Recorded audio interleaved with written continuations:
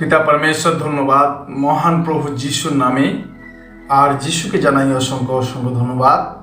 পিতা, আজকে আবার একটা বাক্য নিয়ে আলোচনা করব। পিতা, আপনারই বাক্য।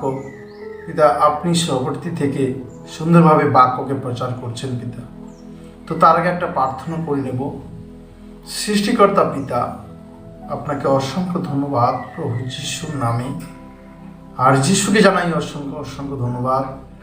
পিতা, সুন্দর দিন সুন্দর সময় দিয়ে সূর্যকে উদিত করে জগৎকে আলোকিত করেছেন পিতা। এই জন্য আপনাকে অসংখ্য ধন্যবাদ প্রভু যিশুর নামে। আর পিতা, যে বাক্য নিয়ে আলোচনা করছি পিতা, আপনি পবিত্র আত্মার দ্বারা সেই বাক্যকে আমার মনে দিয়েছেন পিতা, এবং প্রত্যেকটা কথা আপনার মুখ থেকে বেরোচ্ছে পিতা, এ আমার বিশ্বাস। এই জন্য আপনাকে অসংখ্য ধন্যবাদ পুত্র গুরু যিশুর নামে। আর কি চাইবো, না চাওয়াতে আপনি অকাতরে সব কিছু দিয়েছেন। আপনার সেই একজাত জীবিত পুত্র উদ্ধারকর্তা সেই মিষ্টি গুরু যিশুর নাম থেকে চাইছি, আমি। আজকে বাক্যের বিষয়বস্তু সুসমাচার প্রচার। যদি যাই আমরা মথিলিখিত সুসমাচার 16 অধ্যায় 15 পদে, আর তিনি তাহাদিকে কইলেন, তোমরা সমুদয় জগতে যাও, সমস্ত সৃষ্টির নিকটে সুসমাচার প্রচার করো। যে বিশ্বাস করে ও বাপ্তায়িত হয় সে পরিত্রাণ পাইবে, কিন্তু যে অবিশ্বাস করে তাহার দণ্ডাজ্ঞা করা যাইবে। এখানে বলছে যে তোমরা সমুদয় জাতির কাছে যাও, আর সমস্ত সৃষ্টির নিকটে, সমস্ত সৃষ্টির নিকটে, মানুষ সমস্ত পৃথিবীতে সে যে কোনো জাতির, যে কোনো ধর্মের, হিন্দু, মুসলিম, খ্রিস্টান, বৌদ্ধ, জৈন, সমুদয় জাতি, সমুদয় মানুষের কাছে মুসলিম তুমি সুসমাচারকে প্রচার করো। সে যে কোনো ধর্মের, যে কোনো বর্ণের, যে কোনো রঙের হতে পারে, কারণ সে সবাইকে ঈশ্বর সৃষ্টি করেছে। সেই জন্য বলছে সমুদয় জাতির কাছে তুমি সুসমাচার প্রচার করো।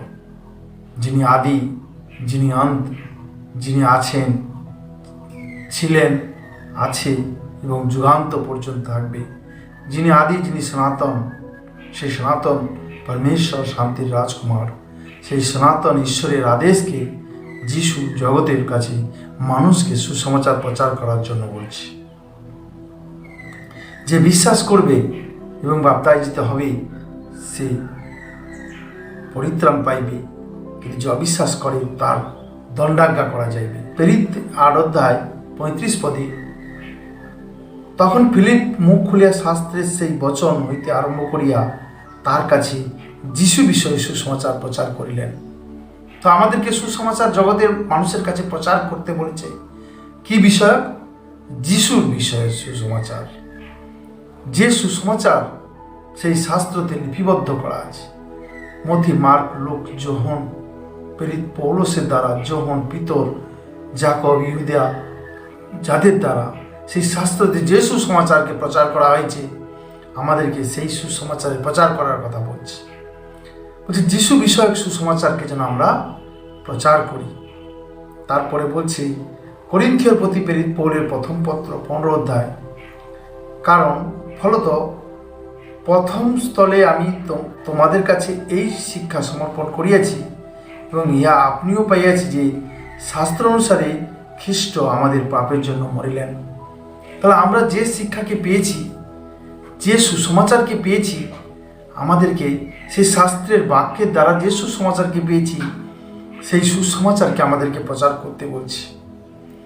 যে শাস্ত্র অনুসারে খ্রিস্ট আমাদের পাপের জন্য মরিলেন, 15 পদে 4 দেখি, ও কবর প্রাপ্ত হইলেন, আর শাস্ত্র অনুসারে 3য় দিবসে উত্থাপিত হইয়াছেন।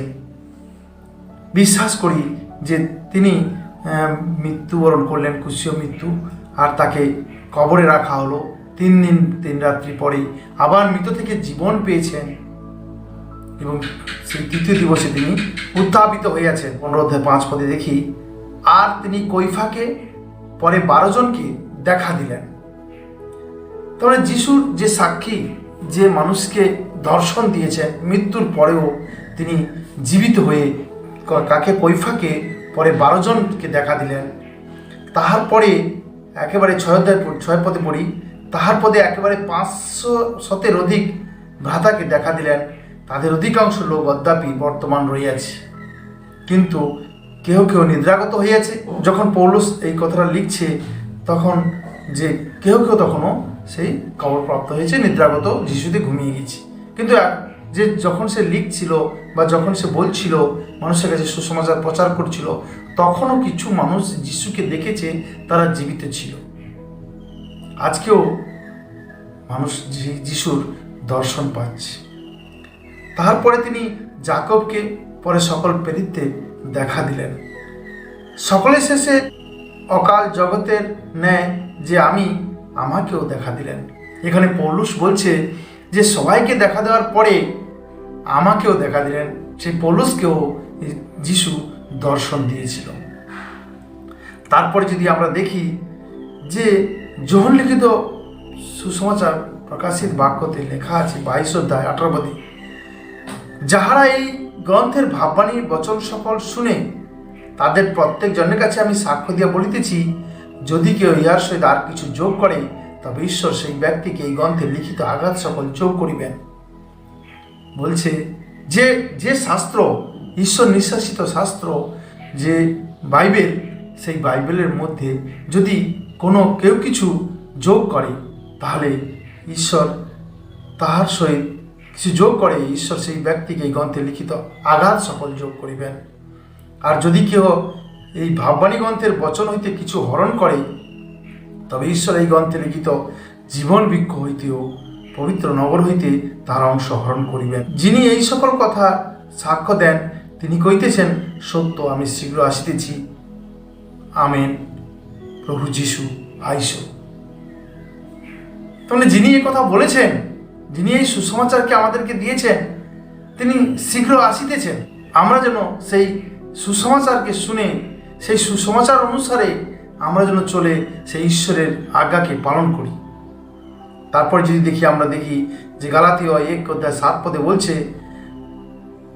তাহা আর কোনো সুসমাচার নয়, কেবল এমন কতগুলি লোক আছে যাহারা তোমাদেরকে অস্থির করে এবং খ্রিস্টের সুসমাচার বিকৃতি করিতে চায়।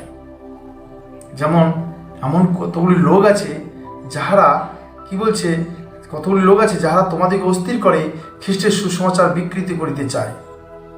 এখানে প্রথম মণ্ডলী যখন পৌলুসের দ্বারা স্থাপন হয়েছিল, তখন সেই সুসমাচারকে, আমাদের মধ্যে যে সুসমাচার দিয়েছিল, সেই সুসমাচার অনুসারে মানুষ মণ্ডলীতে চলত। কিন্তু কিছুদিন পরে, যেমন রোমান ক্যাথলিক চার্চ আসার ফলে, রোমান ক্যাথলিক যে পোপরা, তারা কি করলো না, সেই মরিয়মের পূজা করতে লাগলো এবং তারা কিছু কিছু আদেশকে তারা নিজেরা বানাতে লাগলো।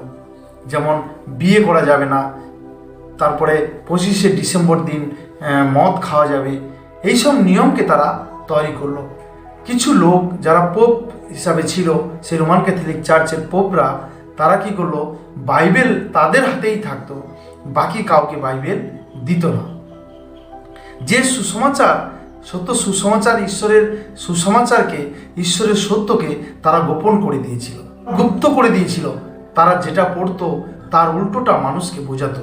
বলছে বিয়ে করা যাবে না, এখানে সাদা শাড়ি পরে থাকতে হবে, কত রকম নিয়মকে তৈরি করে দিয়েছে তারা।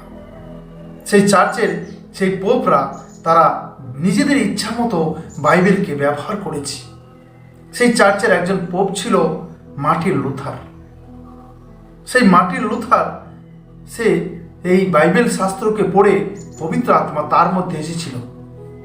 আজ থেকে 530 বছর আগে সেই মার্টিন লুথার সেই রোমান ক্যাথলিক চার্চে থেকে তিনি পবিত্র আত্মা পেয়েছিলেন এবং তিনি প্রোটেস্ট করেছিলেন যে যেটা তোমরা, যে সুসমাচারকে তোমরা দিচ্ছ, সেটা বাইবেলের আধার নয়।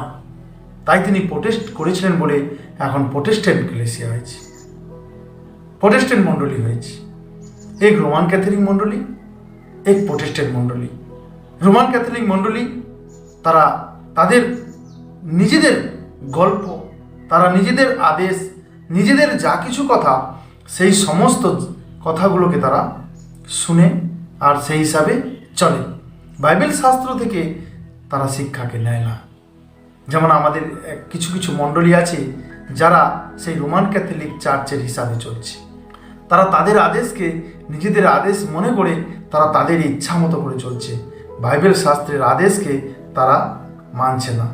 সেই জন্য যে রোমান ক্যাথলিক চার্চ থেকে যে মার্টিন লুথার ছিল, সে প্রোটেস্ট করেছিল, তাই আজ আমি তুমি তোমাদের প্রত্যেকের হাতে বাইবেল এসেছি। কারণ যদি সে প্রোটেস্ট না করতো তাহলে সেই পোপরা এখনো বাইবেলকে গোপন করে রেখে দিত। আজকে কিছু মানুষ আছে যারা বলছে যে মূর্তি পূজা করা যাবে, ধন্যবাদ দিয়ে প্রণাম করা যাবে, ধন্যবাদ দিয়ে প্রসাদ খাওয়া যাবে, ধন্যবাদ দিয়ে পাপ করা যাবে, ধন্যবাদ দিয়ে সব কিছু করা যাবে। তারা সেই রোমান ক্যাথলিক চার্চের মতো চলছে, রোমান ক্যাথলিক যে মণ্ডলী সেই মণ্ডলীর মতো চলছে। আর যারা ঈশ্বরের বাক্যতে আছে, যারা সত্যতে আছে, তারা প্রোটেস্ট্যান্ট মণ্ডলীর মতো চলছে। আজকে বাইবেল আমাদের হাতে আছে, কিন্তু ওদের হাতে বাইবেল থেকেও ওরা বাইবেলকে পাঠ করে না, বাইবেলকে থেকে পড়ে না। বাইবেলের মানে বাইবেলের যে যে উদ্দেশ্যে লেখা আছে সেই উদ্দেশ্যকে ওরা বুঝতে চায় না। যিশু প্রত্যেকটা বাক্য আমাকে স্বর্গের দিকে নিয়ে গেছে। আর রোমান ক্যাথলিক চার্চ থেকে শুরু করে আজ যেসব মণ্ডলী বাইবেলকে বাদ দিয়ে পড়ছে, সেই সব প্রত্যেকটা মণ্ডলী সেই জগতের দিকে নিয়ে যাচ্ছে মানুষকে, প্রত্যেকটা বাক্যকে মোড় দিচ্ছে সেই জগতের দিকে। কিন্তু যিশু বলেছে প্রত্যেকটা বাক্য আমার স্বর্গের দিকে যাবে। কিন্তু আজকে প্রত্যেকটা বাক্য মানুষ জগতের দিকে নিয়ে যাচ্ছে, এমনভাবে বাক্যকে বুঝিয়ে দিচ্ছে, অলংকার পরিয়ে দিচ্ছে, কি লেখা আছে, কি কন্টেস্টে লেখা আছে সেটাকেও বুঝছে না। প্রোটেস্ট্যান্ট মণ্ডলী যারা প্রকৃত শিক্ষাকে পাচ্ছে, যারা বাইবেল শাস্ত্রকে তোড় মোড়র নয়, বাইবেল শাস্ত্রের বাক্যকে কন্টেস্টে পড়ে তাদেরকে সঠিক শিক্ষাকে দিচ্ছে। আর রোমান ক্যাথলিক যারা আজকে মণ্ডলীতে অনেক মণ্ডলী আছে যারা দান, টাকা পয়সা, দশমাংশ এই নিয়ে ব্যস্ত আছে। এত দিতে হবে, এত করতে হবে, 200 টাকা করে না দিলে চলবে না, খামে করে দিতে হবে, সম্মান যত বেশি গোপনে দেবে তত বেশি ফল পাবে। নিজের ইচ্ছা অনুসারে দিতে পারো না দিতে পারো, কিন্তু দাদা ভাই দিদি ভাইয়ের কাছে ভালো হওয়ার জন্য তোমাকে দিতে হবে। তারা আজকে বাইবেলকে গোপন করে দিচ্ছে। তারা বলছে বাইবেলের দরকার নেই, আমরা যা কিছু শেখাচ্ছি তোমরা সেটাই অনুসারে চলো। কন্টেস্টের দরকার নেই, কি বলছে যিশু সেটাকে আমাদের শোনার দরকার নেই। যখন কেউ বলছে তার মুখ বন্ধ করে দিচ্ছে, না তোমাকে আর এখানে আমাদের সঙ্গে থাকতে হবে না, তোমাদের সঙ্গে আমাদের সঙ্গে থাকার প্রয়োজন নেই। কারণ ঈশ্বরের বাক্য সত্য যাতে প্রচার হয় সেই জন্য প্রোটেস্ট করেছে সেই মার্টিন লুথার আমাদেরকে আজকে সে 530 বছর আগে সে প্রত্যেক সন্তানের হাতে, প্রত্যেক ভাই বোনের হাতে আজকে প্রোটেস্ট করেছিল বলে আজকে আমরা অনুবাদিত বাংলা, হিন্দি, ইংরেজি অন্য অন্য ভাষায় আমরা কি পেয়েছি, সেই শাস্ত্রকে পেয়েছি। আর আমরা পড়ছি, আমরা বুঝতে পারছি ঈশ্বরের বাক্যকে। যদি প্রোটেস্ট না করতো তাহলে সেই পোপেদের হাতে সেই বাইবেল থেকে যেত। এখানে বলছে যে আর কোনো সুসমাচার নয়, কেবল কতগুলি লোক আছে যারা তোমাদেরকে অস্থির করে খ্রিস্টের সুসমাচার বিকৃতি করতে চায়। খ্রিস্টের সুসমাচারকে, সঠিক সুসমাচারকে তারা প্রচার করতে দেবে না। তারা খ্রিস্টের সুসমাচারকে বিকৃতি করতে চায়। তারা বাড়িতে বাড়িতে ফোন করে করে প্রত্যেক ভাই বোনকে এমনভাবে বোঝাচ্ছে তুমি যিশুর কাছে আছো, গাড়ি বাড়ি টাকা পয়সা ধন দৌলত সব কিছু পাবে। এখানে যিশু বলছে তুমি আমার কাছে এসো, কষ্ট দুঃখ যন্ত্রণা ভোগ করতে হবে।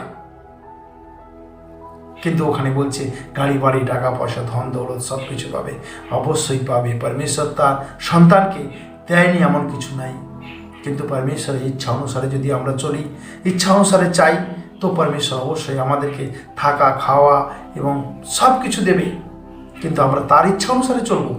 কিন্তু এটা নয় যে ওনার কাছে এলে আমি রোগ থেকে সুস্থ হয়ে যাব, ওনার কাছে এলে আমি গাড়ি পেয়ে যাব, ওনার কাছে এলে আমি বড় বাড়ি পাবো, ওনার কাছে এলে আমি 3 তলা বাড়ি করতে পারবো, এমন কিছু কথা নেই। বলছে আমার কাছে এলে তোমাকে দুঃখ কষ্ট যন্ত্রণা সহ্য করতে হবে, পরীক্ষায় পড়তে হবে।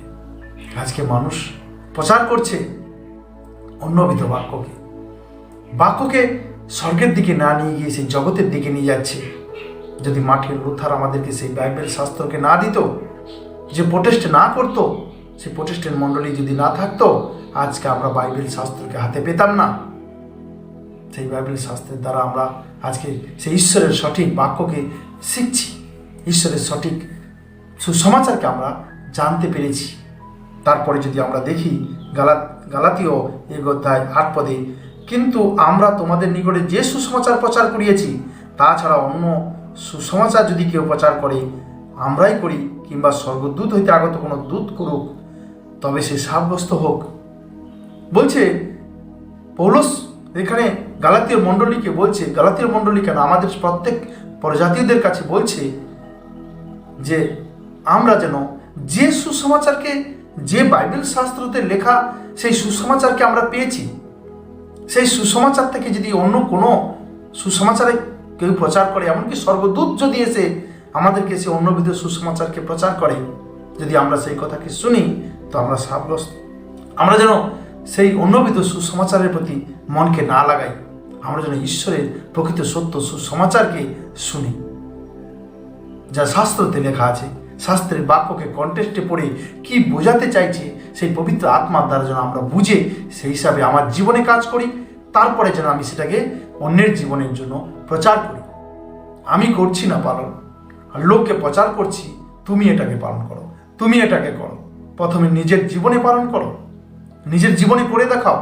নিজের মধ্যে রাগ, হিংসা, ঝগড়া আছে আর লোককে প্রচার করছি তুমি রাগ করো না, তোমার শাশুড়ির সঙ্গে বৌমার সঙ্গে ঝগড়া করো না, কিন্তু আমি আমার ঘরে প্রতিদিন ঝগড়া করছি, কারণ নিজের জীবনে সেটা কাজ করছে না। ঈশ্বর বলছে তুমি প্রথম তোমার জীবনে কাজ করো, পবিত্র আত্মা তোমাকে সুসমাচার প্রচার করার জন্য তোমাকে অনুগ্রহ করবে, তুমি যাতে মানুষের কাছে সুসমাচারকে প্রচার করতে পারো। তারপর আমরা পূর্বে যেরূপ বলিয়েছি তদ্রূপ আমি এখন আবার বলিতেছি, তোমরা যাহা গ্রহণ করিয়েছ তা ছাড়া আর অন্য কোনো সুসমাচার যদি কেউ তোমাদের নিকটে প্রচার করে তবে সে সাব্যস্ত হোক। বলছে তোমরা যে শাস্ত্রতে যে সুসমাচার লেখা আছে সেই সুসমাচারকে তোমরা যে প্রচার শুনেছ, সেই সুসমাচার থেকে অন্যবিধ সুসমাচারকে যে প্রচার করে সে সাব্যস্ত। আজকে কোনো দাদা ভাই, দিদি ভাই মন গড়া গল্প, কথা, কাহিনী দ্বারা মানুষকে ভুলিয়ে রেখেছি, দান দশমাংশ দ্বারা মানুষকে ভুলিয়ে রেখেছে। সেই সব সুসমাচারকে যেন আমরা না শুনি, যেন সত্য সেই বাইবেল শাস্ত্রতে বাক্যতে কি লেখা আছে সেই বাক্যতে আমরা যেন শুনি। এখানে বলছে যদি স্বর্গদূত স্বয়ং এসে প্রচার করে তবুও আমরা সেই যিশুর শিক্ষাকে, সেই ঈশ্বরের শিক্ষাকে যেন আমরা না ত্যাগ করি, আমরা যেন সেই শিক্ষাকে গ্রহণ করি যে শিক্ষা পৌলুসের দ্বারা আমাদেরকে দিয়েছে। যত প্রেরিত ছিল প্রত্যেক প্রেরিতের দ্বারা আমাদেরকে দিয়েছে, মথি, মার্ক, লুক, যোহন দ্বারা আমাদেরকে দিয়েছে। বাইবেল শাস্ত্রতে যে শিক্ষাকে লেখা আছে যেটা আমাদের পালন করা সেটা অবশ্যই করতে হবে, আর যেটা পালন করার নয় সেটাকে ত্যাগ করতে হবে। যদি বলি ধন্যবাদ দিয়ে সব কিছু করা যাবে, এটা সুসমাচার থেকে আমরা বেরিয়ে যাচ্ছি, অন্যবিধ সুসমাচারকে প্রচার করছি, তখন সে সাব্যস্ত। পরমেশ্বর পিতার ধন্যবাদ, মহান প্রভু যিশুর নামে যিশুকে জানাই অসংখ্য ধন্যবাদ। আজকে পিতা যা কিছু শেখালেন যেন প্রত্যেক সন্তান সঠিক রূপে বাইবেল শাস্ত্রকে পড়ে সেই বাক্যকে বুঝতে পারে, কন্টেস্টের সহিত বুঝতে পারে কি বলছে, আমাদেরকে কি বলতে চাইছে, ঈশ্বর আমাদেরকে কি আজ্ঞা দিচ্ছে, সে আজ্ঞাকে যেন আমরা পালন করি। পিতার ধন্যবাদ মহান প্রভু যিশুর নামে, আর যিশুকে জানাই অসংখ্য অসংখ্য ধন্যবাদ। জয় যিশু সবাইকে।